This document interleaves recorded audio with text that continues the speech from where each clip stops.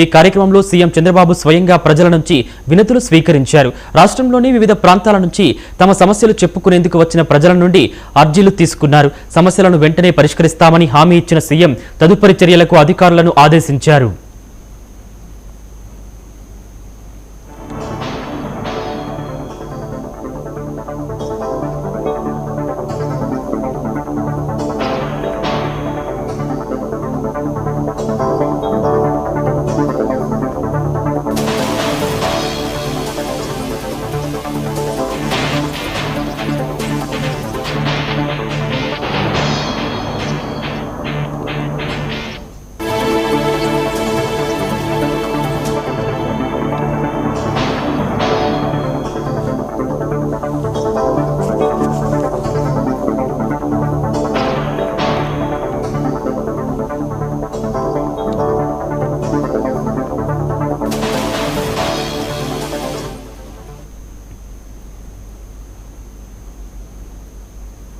జనసేన రాజ్యసభ అభ్యర్థి